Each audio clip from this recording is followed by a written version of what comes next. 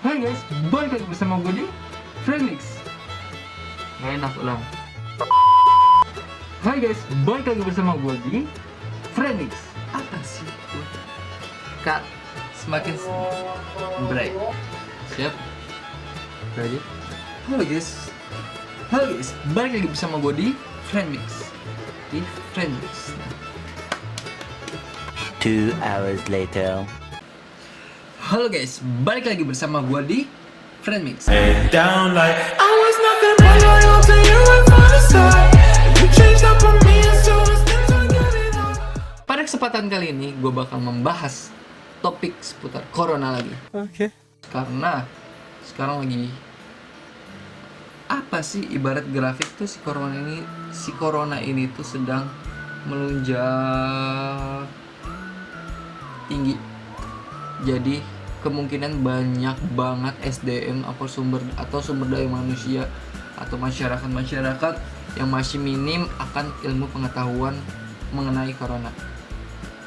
Jadi setelah kita belajar mengenal corona, mencegah corona, mengobati corona, mengantisipasi corona, kali ini kita akan mempelajari atau mentransfer knowledge mengenai menjaga jarak satu sama lain. Penasaran kan? Kalau penasaran, sebelum kita mulai video ini, disarankan buat kalian semua mensubscribe channel YouTube Friendmix. Caranya klik tombol subscribe, setelah itu kalian like and kalian share ke teman-teman kalian semua. Kenapa sih harus di subscribe? Karena subscribe, like, comment, and lain-lainnya itu adalah salah satu bentuk support kalian kepada kami Friendmix atau gue atau siapa whatever, agar kita semakin semangat membuat videonya, semakin berinovasi lagi videonya yang baru-baru, yang seru-seru, yang mengasyikkan. Oke, thank you yang sudah subscribe. Jangan lupa ditonton dan jangan di skip. Oke, thank you. Langsung aja kita masuk ke topik. Kalau kita mau membahas menjaga jarak, pasti nggak jauh mendengar atau memikirkan atau ada di benak kalian tuh kata distancing. Apa sih itu distancing? Jadi social distancing itu adalah meminimalisir kontak langsung antara manusia atau menjaga jarak tertentu. Tujuannya kenapa? Coba.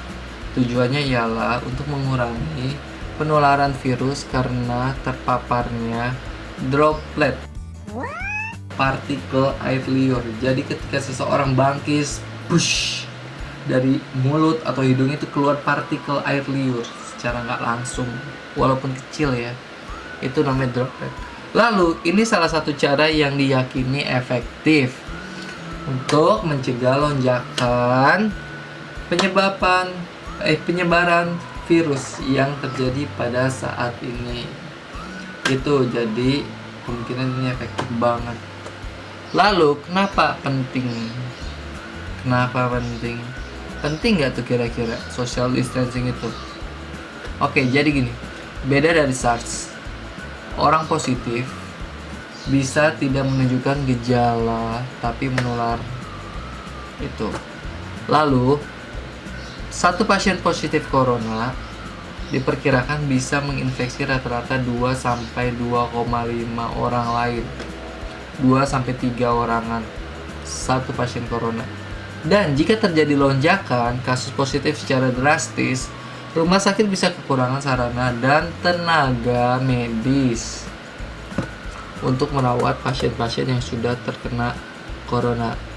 Seperti itu. Lalu, pasien yang tidak terkait wabah corona pun bisa terpengaruh.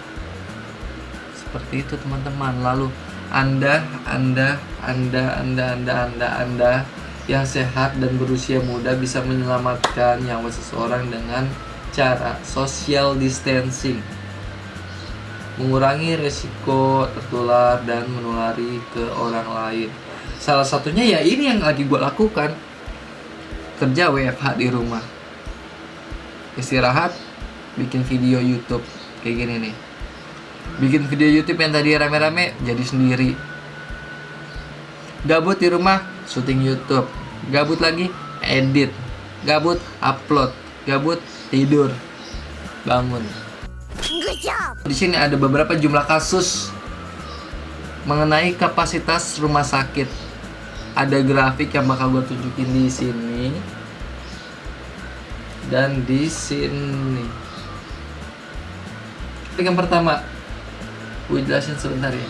Tanpa intervensi kebijakan seperti social distancing, terjadi periode saat pasien atau baik kasus corona atau penyakit lain tidak tertangani tenaga medis seperti di Italia contohnya. Jadi grafiknya itu tinggi seperti tadi tuh, dan garis rata-ratanya di tengah. Lalu pada saat kasus yang ini, dengan intervensi kebijakan, wabah tetap terjadi tapi terkendali, tidak menyebabkan korban jiwa lebih banyak seperti di Singapura. Apa saja bentuk social distancing yang dapat dilakukan individu? Kalian pasti udah tahu nih, karena kan sobat Friendmix pinter-pinter ya. Yang pertama, menjauhi keramaian atau pertemuan massal, arisan, jauhin. Terus apalagi? Nongkrong, jauhin sementara waktu. Setelah itu menjaga jarak 1-2 meter ketika kita mengobrol dengan orang lain ya. Next, tidak menjabat tangan, bergandengan atau berpelukan. Jadi bilgulub atau enggak gini aja. Oke. Lalu mengurangi frekuensi ke toko.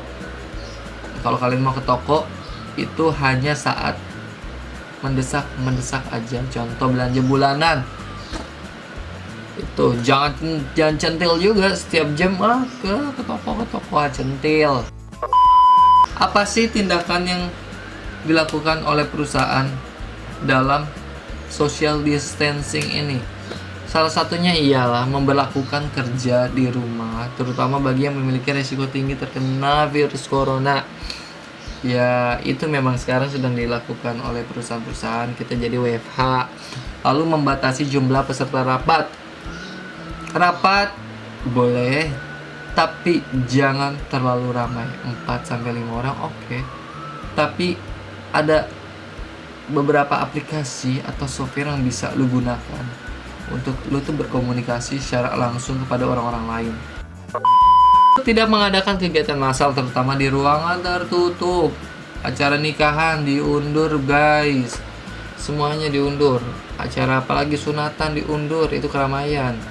Ada maling, gebukin. Okay.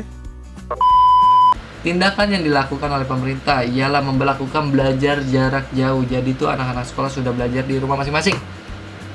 Jadi buat para orang tua ngerasain kan tuh jadi guru gimana mengajar, mendidik anaknya yang bandel-bandel di sekolah. Akhirnya kita para orang tua ngerasain juga, oh ternyata anak gua bandel, oh ternyata anak gua bandel. Nah, sedangkan kasus-kasus kemarin guru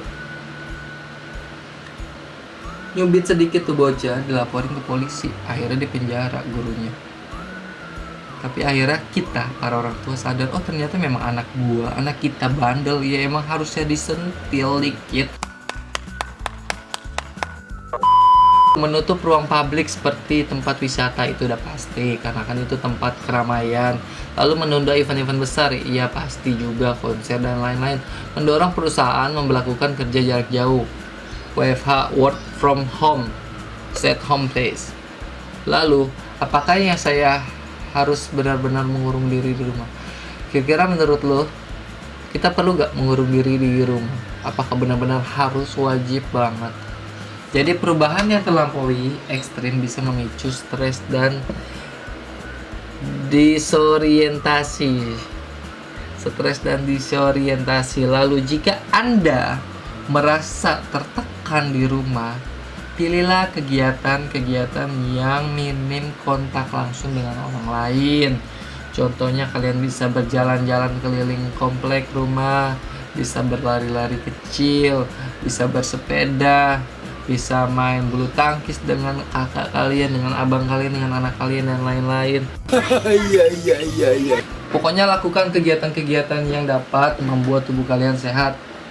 Jadi nggak ada alasan nih social distancing bro, nggak bisa nge-gym, nggak bisa jogging jauh-jauh, nggak bisa bersepeda jauh-jauh, elunya aja yang lebay pade. Oke. Lalu keselak air ludah. Apa cara lain menjaga imunitas? Oke gini.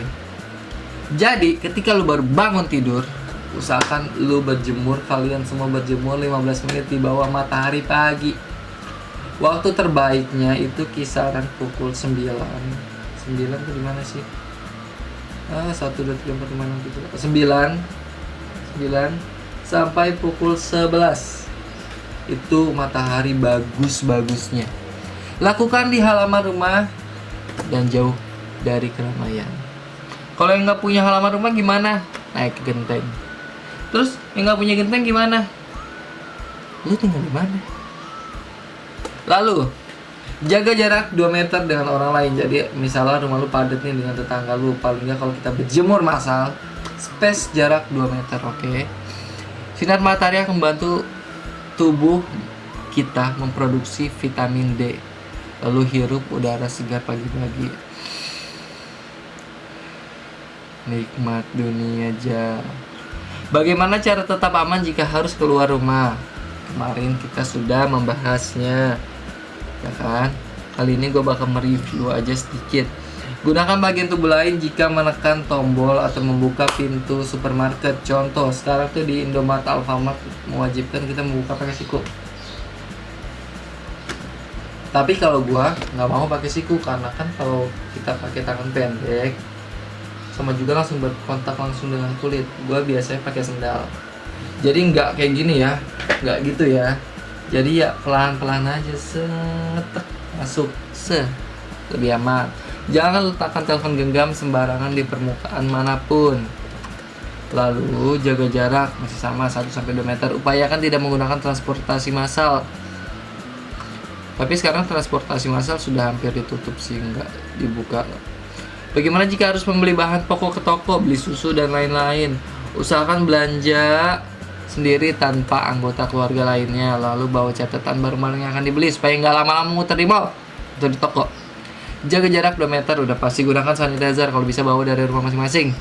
Lalu beli barang-barang yang penting, tidak perlu menimbun barang, contoh masker, sanitizer, sabun dan lain-lain. Jangan ditimbun juga, kasihan lah yang lain nggak kedapetan. Jangan pegang benda yang sering disentuh-sentuh oleh orang lain.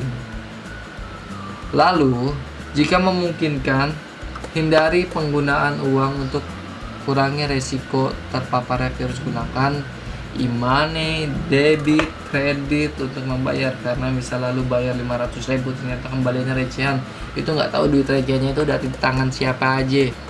Tangan, you know. Jangan sentuh mata, and then hidung, mulut selama berada di toko atau di perjalanan atau di tempat umum. Apa yang harus dilakukan setelah keluar rumah? Apa sih? Ya udah pasti seperti yang kemarin ya. Buang masker, truk, tanda terima barang di tempat sampah luar rumah. Ingat, di luar rumah buang masker tuh, truk segala macam, tanda terima, bla bla bla bla. Lepas pakaian langsung rendam menggunakan sabun, deterjen. Lalu mandi dan keramas. Jadi kalian tuh kalau sering-sering keluar toko bisa mandi lebih dari 2 kali. Lalu jangan langsung duduk di teras, sofa, atau di kursi-kursi rumah. Atau jangan langsung tidur juga. Cuci tangan selama 20 detik, oke, supaya bersih tapi pakai sabun. Lalu lepas alas kaki sebelum masuk ke rumah. Jangan kontak dekat dengan anggota keluarga lainnya. Jadi kita harus bersih dulu nih sebelum kita melakukan rutinitas. Karena takutnya diwaspadainya kita nggak tertular, tapi kita membawa virus itu ke salah satu anggota keluarga kita di rumah. Oke lah, imun kita kuat, tapi nggak tahu kan yang terjadi pada salah satu anggota keluarga kita. entah itu kakek lu, nenek lu, dan lain-lainnya yang lansianya sudah di atas 65 tahun. I don't know. Oke, sekian video COVID-19 dari gua, dari kita Phoenix. Tetap support para tenaga medis, kita beri support dan kita beri standing applause, dan kita doakan semoga tenaga medis Indonesia diberikan kesehatan terus dan dilindungi dari COVID-19, dan semoga jumlah pasien yang positif berkurang, lalu jumlah pasien yang sembuh dari corona meningkat, dan angka kematian pun juga berkurang kalau perlu tidak ada dalam kasus corona ini. Ingat sekali lagi, ikuti aturan pemerintah, dan kita harus tetap jaga kesehatan, kebersihan, dan yang pasti kalian harus tetap menyaksikan video ini dan subscribe channel YouTube Phoenix, karena masih banyak lagi video-video yang seru, yang asik, dan yang memberikan kalian knowledge. Jadi kalian nih nonton atau nge-subscribe channel YouTube Phoenix ini bisa pintar, bisa ketawa, bisa segalanya. Oke, sekian dari gua. Tetap stay at home dan jaga kesehatan semuanya, dan tetap di Phoenix.